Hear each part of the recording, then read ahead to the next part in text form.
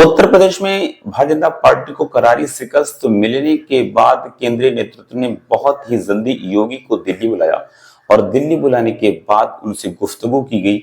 इस पर विश्लेषण किया गया, चुनाव पर विश्लेषण किया गया कि आखिरकार हम चुनाव क्यों हारे और हमारा वोट परसेंट इतना डाउन क्यों हुआ।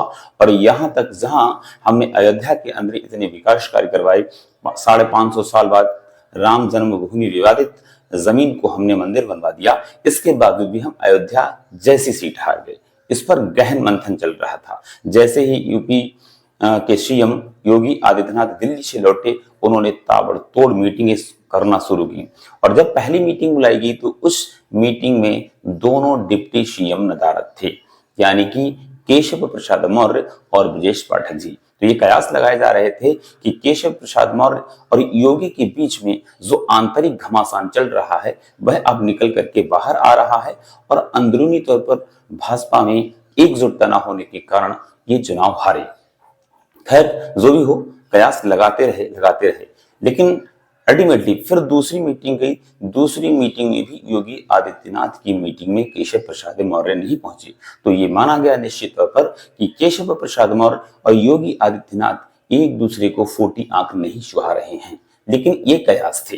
पिछले 5 दिनों से डिप्टी सीएम केशव प्रसाद मौर्य को दिल्ली केंद्रीय नेतृत्व ने बुलाया है और 5 दिन से वह दिल्ली में डटे हुए हैं और यही एक कारण रहा योगी आदित्यनाथ की मीटिंग्स में शामिल नहीं हो पाए। फिलहाल जो भी हो, ऐसा माना जा रहा है कि केशव प्रसाद मौर्य को नई जिम्मेदारी दी जाने वाली है। उनको शायद केंद्रीय नेतृत्व इसलिए बुला रहा है कि उनको केंद्र में कुछ बड़ी जिम्मेदारी मिलने वाली है। सूत्रों की माने तो केशव प्रसाद मौर्य को इस बार भाजपा का राष्ट्रीय अध्यक्ष भी बनाया जा सकता है। आपको बताते चले कि 30 जून 2024 को जेपी नड्डा, जो कि वर्तमान राष्ट्रीय अध्यक्ष हैं, उनका कार्यकाल पूरा हो रहा है और इसी बीच सरकार में कैबिनेट मंत्रालय का गठन हुआ, जिसमें जेपी नड्डा को स्वास्थ्य मंत्री बना दिया गया है।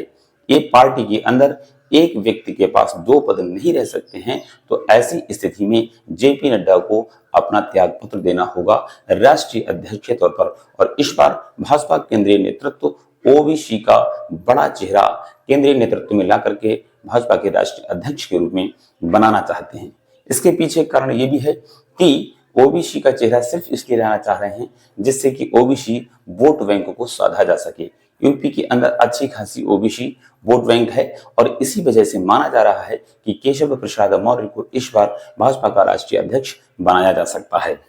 केशव प्रसाद मौर्य एक मजे हुए खिलाड़ी हैं और वह बहुत दिनों से राजनीति कर रहे हैं। हालांकि केशव प्रसाद मौर्य के साथ 5 और ऐसे बड़े चेहरे हैं जिनको राष्ट्रीय अध्यक्ष बनाया जा सकता है। उनको राष्ट्रीय अध्यक्ष की सूची में रखा गया है। केंद्रीय नेतृत्व ने जो 5 नाम और सुझाए हैं, उनमें से महाराष्ट्र के राष्ट्रीय महासचिव विनोद तावड़े, एक आदिवासी चेहरा है फग्गन सिंह, अनुराग ठाकुर और सुनील बंसल, ये 5 नाम भी दौड़ में हैं राष्ट्रीय अध्यक्ष बनने की। लेकिन इनमें सबसे बड़ा चहेता चेहरा केंद्रीय नेतृत्व का केशव प्रसाद मौर्य का माना जा रहा है, क्योंकि केशव प्रसाद मौर्य ने ही 2017 के विधानसभा चुनाव में अपने नेतृत्व में लड़वाया था और विधानसभा के अंदर बम्पर जीत हासिल की थी।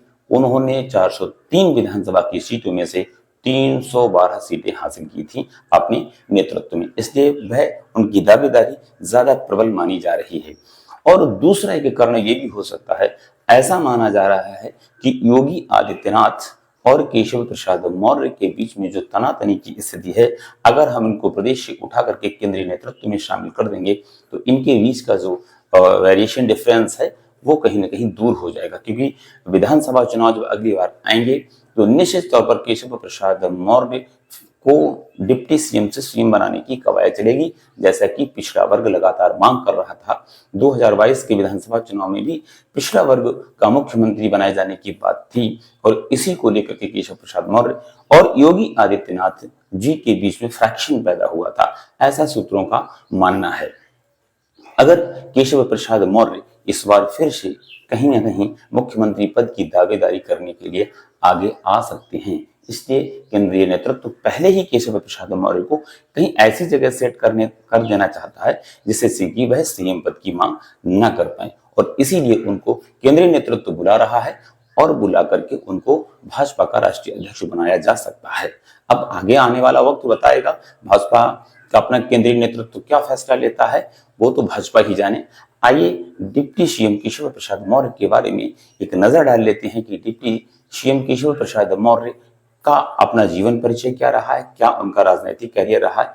आइए बताते हैं आपको बताते चलें कि केशव प्रसाद मौर्य राजनीति में आने से पहले अखबार और चाय बेचा करते थे। गरीब परिवार में जन्म लिया था, इसलिए उन्होंने चाय भी बेची और अखबार भी बेचा, पढ़ाई की। इसके बाद वह राजनीति में आए। राजनीति में आने का भी उनका सिलसिला बड़ा अजीबोगरीब रहा है। वह सबसे पहले आरएसएस के संपर्क में आए और आरएसएस से वह बीएचपी से जुड़ गए और बीएचपी में उन्होंने 18 साल तक प्रचारक के तौर पर काम किया। 18 साल तक उन्होंने बीएचपी का प्रचार प्रसार किया। उसके बाद उन्होंने सबसे पहले विधानसभा चुनाव बांदा से लड़ा था। बांदा विधानसभा चुनाव में लड़ने पर उनको मात्र 284 वोट मिले थे और वह 13वें नंबर पे रहे थे। 2007 में इलाहाबाद पश्चिमी सीट से माफिया अतीक अहमद के खिलाफ चुनाव लड़े और उनको मात्र 11,111 वोट मिले थे। 2012 में सिराथू विधानसभा सीट से वह चुनाव लड़े और पहली बार चुनाव जीत करके वह आए। 2014 में पहली बार लोकसभा की सीट उनको फूलपुर दी गई और वहां उन्हें 5 लाख वोट मिले और उन्होंने वहां से बम्पर जीत हासिल की। पहली बार वह सांसद बने।